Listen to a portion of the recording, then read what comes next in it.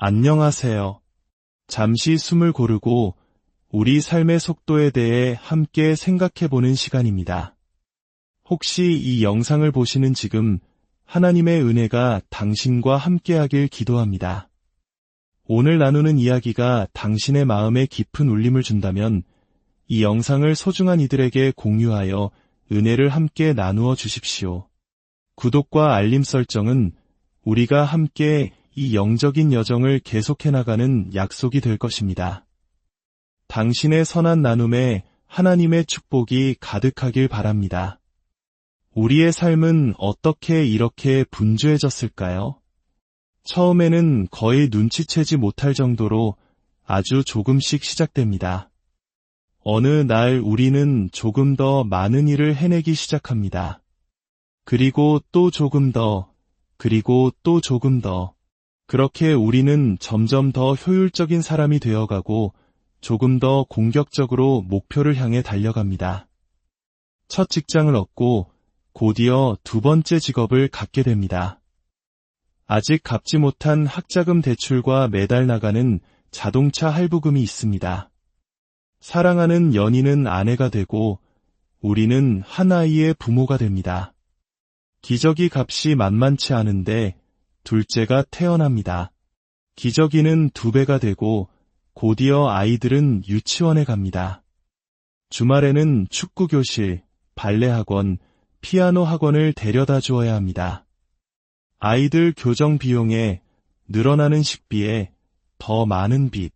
그러다 문득 잠에서 깬 어느 날 아침 우리는 깨닫습니다. 숨이 턱끝까지 차오르는 이 압도적인 삶의 무게를 말입니다. 혹시 여러분 중에도 나는 항상 무언가에 쫓기는 기분이야. 혹은 늘 불안하고 해야 할 일은 산더미인데 시간은 부족해서 버거워라고 느끼는 분이 얼마나 계실까요? 저 역시 마찬가지입니다. 그래서 우리는 어떻게든 하루라는 시간에 조금이라도 더 많은 것을 구겨 넣으려고 했습니다. 저는 마트에 가면 어느 계산대가 가장 빨리 줄어들지 분석합니다. 신호 대기에 걸렸을 땐 어떤 차선에 서야 가장 먼저 출발할 수 있을지 계산하죠. 너무 바빠서 화장실에서조차 스마트폰으로 업무를 처리하기도 합니다. 혹시 공감하시는 분 계신가요? 어쩌면 이것이 너무나 현실적인 우리의 모습일지도 모르겠습니다. 단순히 바쁜 것을 넘어 혹시 자신의 삶이 흘러가는 방식에 실망감을 느끼는 분은 없으신가요? 너무나 빠르고 정신없는 삶의 속도 때문에 문득 이런 생각이 드는 겁니다. 내 인생에서 무언가 아주 중요한 것이 빠져 있는 것 같아 정작 내가 하고 싶은 일을 할 시간은 없고 내가 사랑하는 것을 즐길 여유도 없습니다. 더 최악인 것은 내가 가장 사랑하는 사람들을 위해 내어줄 시간조차 없다는 사실입니다. 그리고 스스로에게 묻게 되죠. 인생이란 게 원래 이렇게 힘든 건가? 만약 제가 이렇게 말씀드린다면 어떨까요? 당신이 진정으로 원하는 그 삶을 가로막는 가장 큰 적은 바로 당신이 지금 살고 있는 이 분주한 삶 그 자체일지도 모른다고 말입니다. 다시 한번 말씀드리겠습니다. 당신이 꿈꾸는 삶의 가장 큰 적은 어쩌면 당신이 현재 살고 있는 바로 그 삶일 수 있습니다. 사랑의 하나님 아버지, 오늘 성령의 능력과 말씀의 진리를 통해 저희 각자에게 말씀하여 주시옵소서.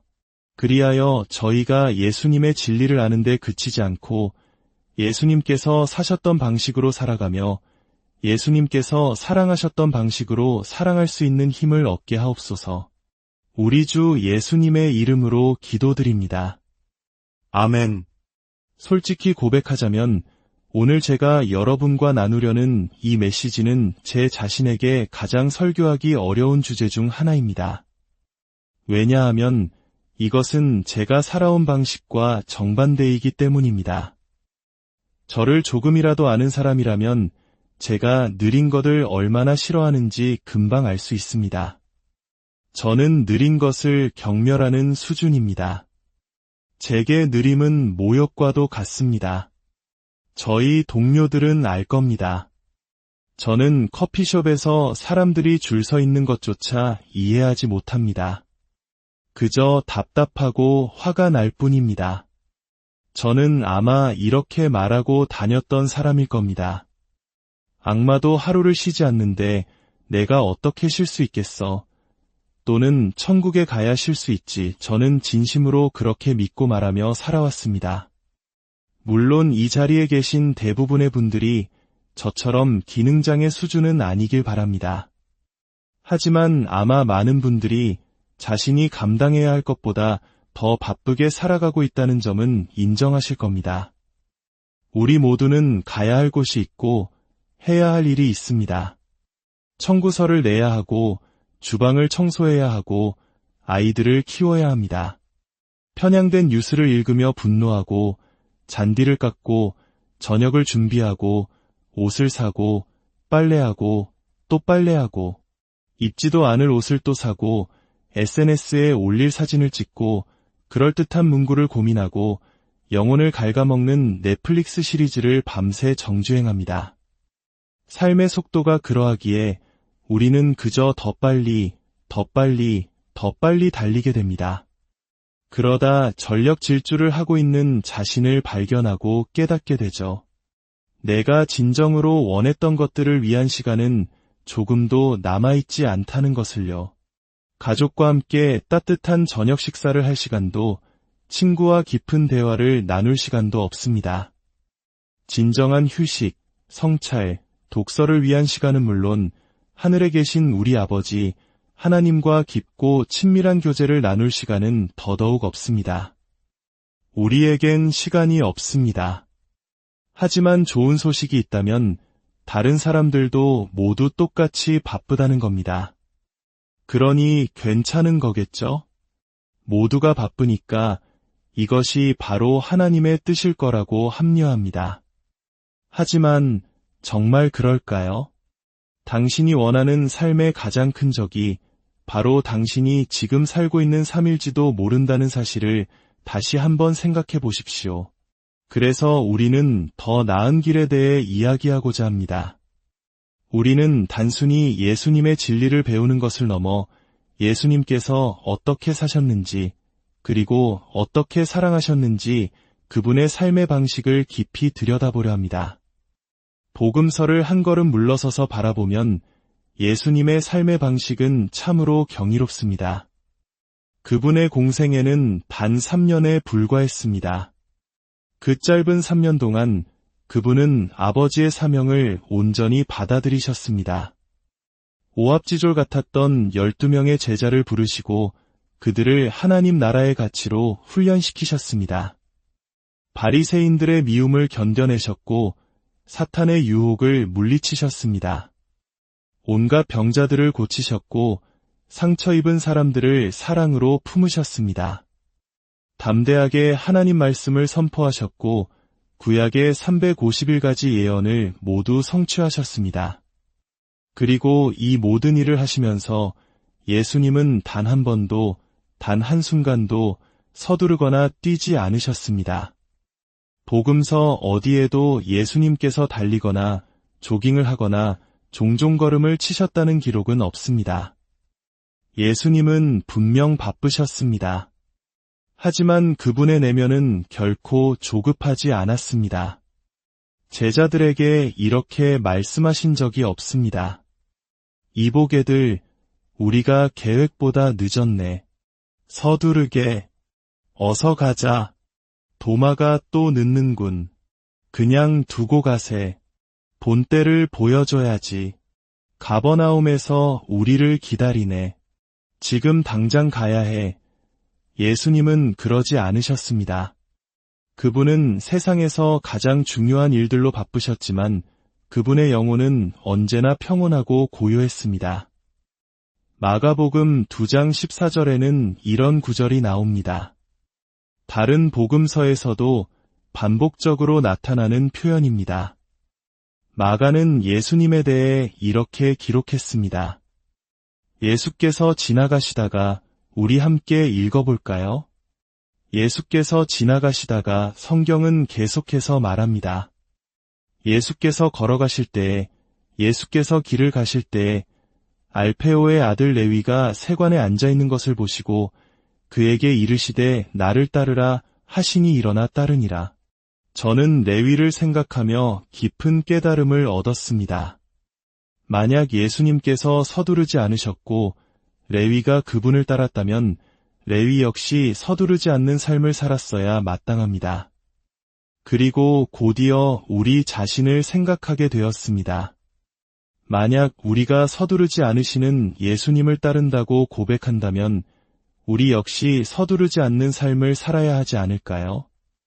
하지만 제가 살아가는 방식은 예수님께서 사셨던 방식과 너무나 다릅니다.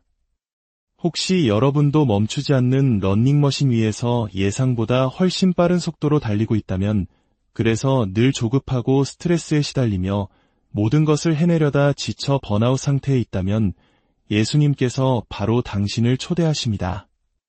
지치고 무거운 짐을 진 자들아, 다 내게로 오라고 말씀하십니다. 그러면 그분은 여러분 중 많은 이들이 아주 오랫동안 경험하지 못했던 것, 바로 하늘의 참된 안식을 주실 것입니다. 지난주에 우리는 마태복음 11장을 살펴보았습니다. 오늘은 유진 피터슨 목사님의 현대어 성경인 메시지 버전으로 다시 한번 읽어드리고 싶습니다. 이것은 단어 대 단어 번역이라기보다는 그 의미를 깊이 묵상하며 풀어낸 번역입니다. 예수님의 말씀을 이렇게 표현합니다. 너는 지쳤는가? 기진맥진했는가? 종교 생활에 소진되었는가? 나에게 오너라. 나와 함께 잠시 떠나 있자. 그러면 내 삶을 되찾게 될 것이다. 내가 너에게 참된 쉼을 얻는 법을 보여주겠다. 그리고 예수님은 이렇게 말씀하십니다. 나와 함께 걸으며 일하자. 내 속도에 맞추어라. 내가 어떻게 하는지 지켜보아라. 억지로 힘쓰지 않는 은혜의 리듬을 배워라. 나는 내게 무겁거나 어울리지 않는 짐을 지우지 않을 것이다. 나와 동행하면 너는 자유롭고 가볍게 사는 법을 배우게 될 것이다. 예수님은 말씀하십니다. 나와 함께 걸으며 내가 걷는 법을, 내가 사랑하는 법을, 내가 사는 법을 지켜보고 나와 함께 걷자고 말입니다. 우리가 예수님이 믿으셨던 것을 믿는 것뿐만 아니라 예수님께서 사셨던 방식으로 살아가는 것, 이것이 바로 핵심입니다. 그분이 어떻게 사셨는지 생각해 보십시오. 그분은 단 33년의 생을 사셨고 온 세상을 구원해야 하는 사명을 받으셨습니다. 그러나 그분은 공생애를 시작하기 전까지 무려 30년을 기다리셨습니다. 예수님께서 하신 일을 생각해보면 놀랍습니다. 그분은 세례를 받으셨고 하늘이 열리며 성령이 비둘기같이 임했습니다. 그리고 하나님 아버지께서 이는 내 사랑하는 아들이요 내 기뻐하는 자라고 말씀하셨습니다. 그분이 어떤 기적을 행하시기도 전에 하나님은 그를 인정하셨습니다. 자, 이제 세상을 바꿀 준비가 되었습니다. 창조의 목적인 그 일을 시작할 때입니다. 그런데 그분이 가장 먼저 하신 일이 무엇이었을까요? 놀랍게도 그분은 안식을 가지셨습니다. 성령은 그를 광야로 이끌어 40일 동안 머물게 하셨습니다. 그곳에서 그분은 아버지께 부르짖고 하나님과 깊이 교제하며 힘을 얻으셨습니다. 사탄의 시험을 이기셨고 자신이 누구이며 무엇을 위해 부름받았는지 그 정체성을 굳건히 하셨습니다. 하나님과 함께하기 위해 40일이라는 시간을 온전히 바치신 것입니다. 그분의 첫 번째 기적은 어디서 일어났을까요? 바로 혼인 잔치에서였습니다.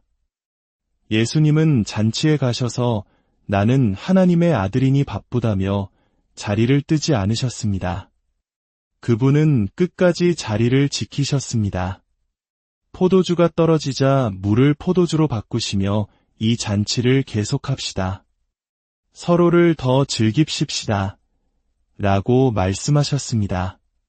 한 번은 야이로라는 회당장이 달려와 제 어린 딸이 죽어갑니다. 제발 오셔서 제 딸을 살려주십시오라며 절규했습니다. 예수님은 그를 따라 나서셨습니다. 그런데 아픈 소녀에게 가는 길에 한 여인이 그를 막아섰습니다. 12년 동안 혈루증으로 고통받던 여인이었습니다. 한 아이가 죽어가고 있는 그 위급한 상황 속에서도 예수님은 이 여인에게 온전히 집중하시며 그녀를 고쳐주셨습니다. 그분이 사랑으로 시간을 보내시는 동안 야이로의 딸은 결국 죽었습니다. 아버지는 절망했지만 예수님은 말씀하셨습니다. 시간은 내 손에 있다. 그리고는 소녀를 다시 살리셨습니다. 심지어 그분이 선택한 이동수단을 보십시오. 그분은 하나님의 아들이십니다. 원하신다면 어떤 동물이든 타실 수 있었습니다. 빠르고 이풍당당한 백마를 타실 수도 있었죠. 하지만 그분은 걷는 동물, 나귀를 타고 예루살렘에 입성하셨습니다. 서두르는 나귀를 본 적 있습니까? 결코 없습니다. 예수께서 걸어가실 때 만약 예수님께서 서두르지 않으셨고 우리가 그분을 따르도록 부름받았다면 왜 우리의 영혼은 이토록 조급한 것일까요? 왜 우리는 늘 서두르는 걸까요? 여러 이유가 있겠지만 단순화시켜본다면 아마 대부분의 우리는 무언가로부터 도망치고 있거나 혹은 무언가를 향해 달려가고 있기 때문일 겁니다. 저 자신을 분석해보면 저는 아마 무가치함으로부터 도망치고 인정을 향해 달려가는 것 같습니다. 여러분은 어떠신가요? 과거의 실패로부터 누군가 당신에 대해 했던 말로부터 혹은 당신의 약점으로부터 도망치고 있을지 모릅니다. 상처나 학대의 기억에서 벗어나려고 발버둥 치고 있을 수도 있습니다. 혹은 무언가를 향해 달려가고 있겠죠. 멋진 배우자를 만나 결혼하고 아이들의 이름을 성경인물로 짓고 예쁜 집에서 강아지를 키우는 완벽한 그림을 향해서 말입니다. 혹은 성공, 인기, 명예, 타인의 인정을 향해 맹렬히 질주하고 있을 겁니다. 문제는 오늘날 대부분의 사람들이 쫓고 있는 그 삶은 막상 그것을 손에 쥐었을 때 여전히 우리를 공허하게 만든다는 것입니다. 당신이 원하는 삶의 가장 큰 적이 바로 당신이 지금 살고 있는 이 항상 쫓기고 압박받는 삶이라면 어떡하시겠습니까? 어떤 분들은 이렇게 말씀하실지 모릅니다. 현실을 모르는 소리군요. 저는 직장인입니다. 하루 종일 일해야 하고 도저히 모든 일을 다 해낼 시간이 없어요. 속도를 늦추는 건 불가능합니다. 저는 그런 분들께 아주 정중하게 말씀드리고 싶습니다. 당신은 당신이 시간을 내기로 선택한 일에만 시간을 갖게 됩니다. 문제의 해결책은 더 많은 시간이 아닙니다. 해결책은 가장 중요한 것에 더 많은 시간을 쓰는 것입니다. 우리 대부분이 정작 중요한 일에 시간을 쓰지 못하는 이유는 중요하지 않은 일에 생각 없이 인생을 낭비하고 있기 때문입니다. 몇 가지 흔한 예를 들어보겠습니다. 소셜미디어, 텔레비전, 그리고 비디오 게임입니다. 통계에 따르면 평균적인 사람은 1년에 706시간을 소셜미디어에 사용한다고 합니다. 이는 8시간 근무 기준으로 계산했을 때 약 4개월 반에 해당하는 근무 시간입니다. 텔레비전은 더 심각합니다. 1년에 2700시간 이상을 시청에 사용합니다. 게임을 좋아하는 남성분들의 경우 21세가 될 때까지 평균적으로 1만 시간을 비디오 게임에 쓴다고 합니다. 1만 시간이면 무엇을 할 수 있을까요? 시간당만 원씩만 벌어도 1억 원을 벌 수 있습니다. 평균적인 독서 속도로 2000권의 책을 읽을 수 있습니다. 콘서트 피아니스트가 될 수도 있고 조종사 면허를 딸 수도 있습니다. 신약 성경 전체를 암송할 수도 있고 학사와 석사 학위를 딸 수도 있습니다. 이 시간을 관계에 쓴다면 어떨까요? 위기에 처한 당신의 결혼 생활을 구할 수 있을지도 모릅니다. 틀어져 버린 가족과의 관계를 회복할 수 있을지도 모릅니다. 그리고 당신이 상상했던 그 어떤 것보다 더 친밀한 관계를 자녀들과 맺을 수 있을 겁니다. 어리석은 것들에 쏟아붓는 그 시간을 정말로 중요한 것에 투자한다면 말입니다. 선택은 당신의 몫입니다. 정말 중요한 것을 얻거나 혹은 중요하지 않은 것에 당신의 삶을 무의미하게 낭비하거나 당신이 원하는 삶의 가장 큰 적이 바로 당신이 지금 살고 있는 삶이라면 어떡하시겠습니까? 그럼 이제 어떻게 해야 할까요? 저도 그 답을 찾아가는 과정 중에 있습니다. 저 역시 여러분과 똑같이 씨름하고 있는 사람입니다. 하지만 한 가지 확실한 것은 만약 당신이 스스로 속도를 늦추지 않는다면 하나님께서 당신을 멈춰 세우실지도 모른다는 것입니다. 하나님은 제게 그러셨습니다. 저는 얼마 전 예기치 않은 수술로 오랫동안 꼼짝없이 누워 있어야 했습니다. 그 시간을 통해 저는 일과 아드레날린에 대한 저의 중독을 정면으로 마주해야 했습니다. 저는 신앙의 가장 기본적인 질문으로 돌아갔습니다. 하나님은 누구신가? 그 본질적인 답은 하나님은 사랑이시다입니다. 그것은 그분이 하시는 일일 뿐만 아니라 그분의 존재 자체입니다. 가장 큰 계명은 무엇인가?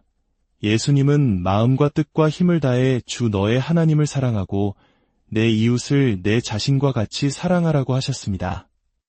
하나님께서 우리에게 요구하시는 모든 것의 핵심은 사랑입니다. 하나님께 사랑받고 하나님을 사랑하며 그분의 사랑을 대신하여 사람들을 사랑하는 것.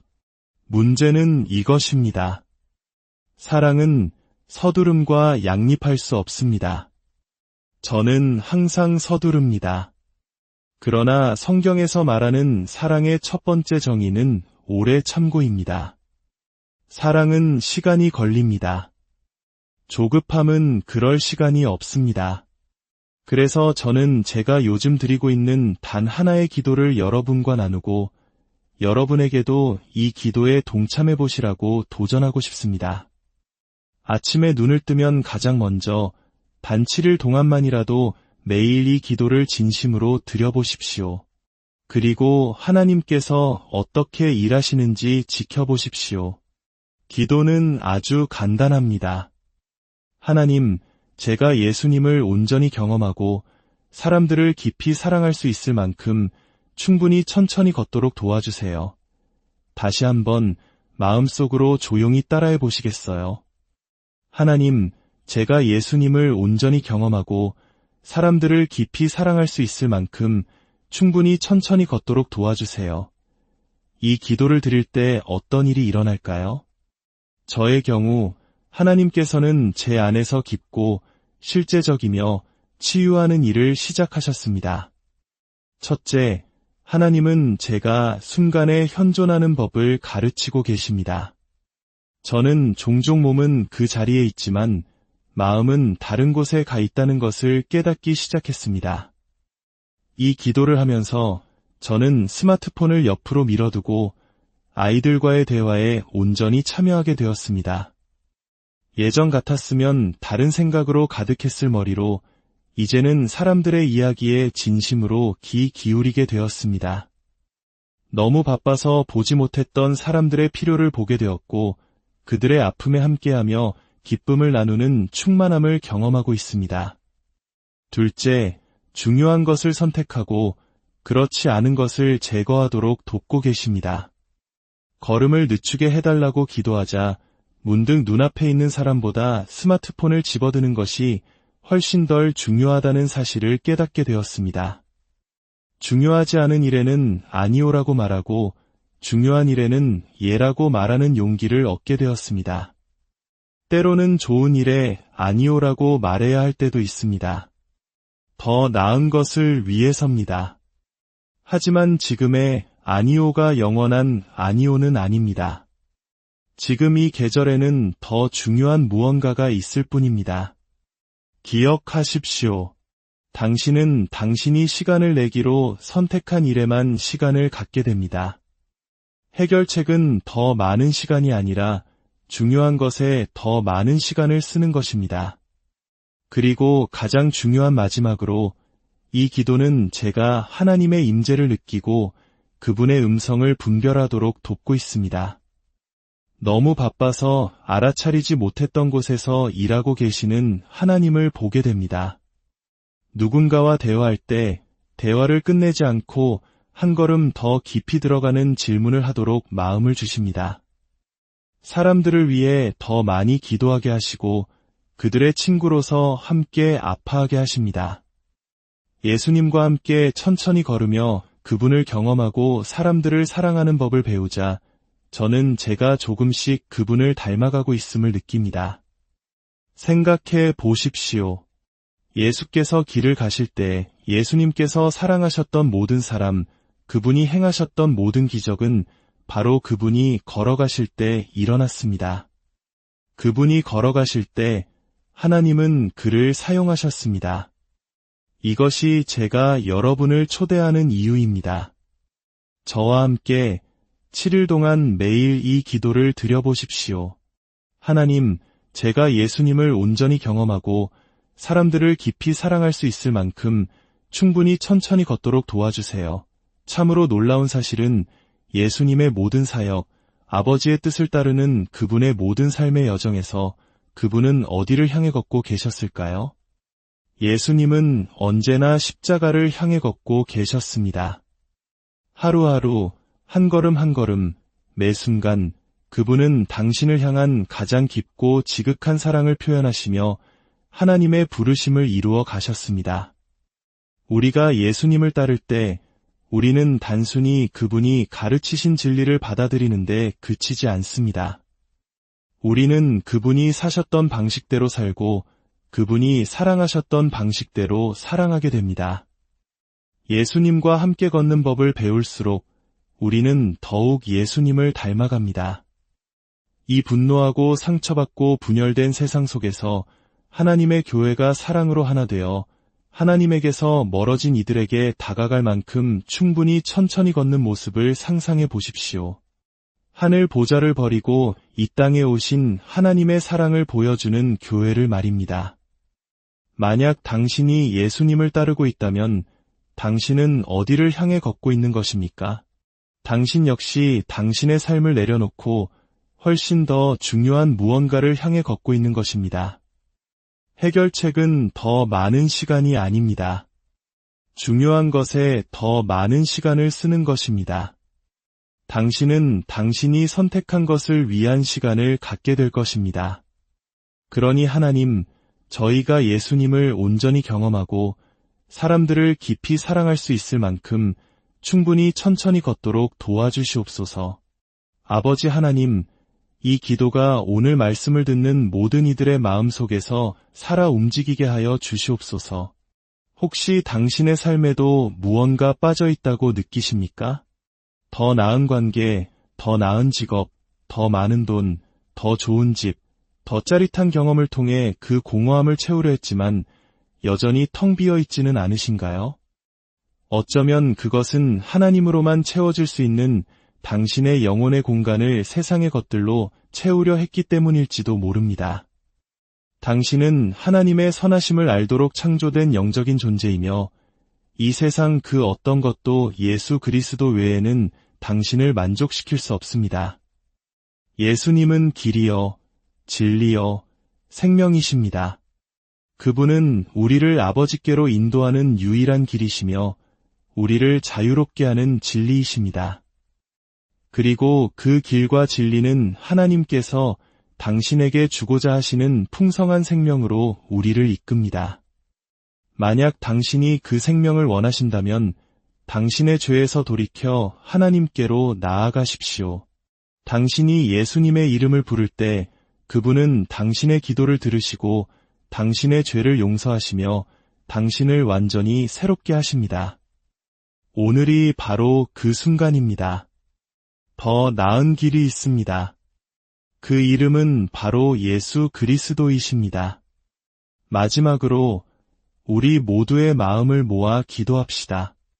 하늘에 계신 아버지, 저의 모든 죄를 용서하여 주옵소서. 예수님, 저를 구원하여 주옵소서. 제 삶의 주인이 되어 주옵소서. 성령으로 저를 채우사 제가 주님을 알고 주님을 섬기며 남은 평생 주님을 따르게 하옵소서. 주님이 사랑하신 것처럼 사랑하고 주님이 사셨던 것처럼 살도록 주님의 길로 저를 인도하여 주옵소서. 우리 주 예수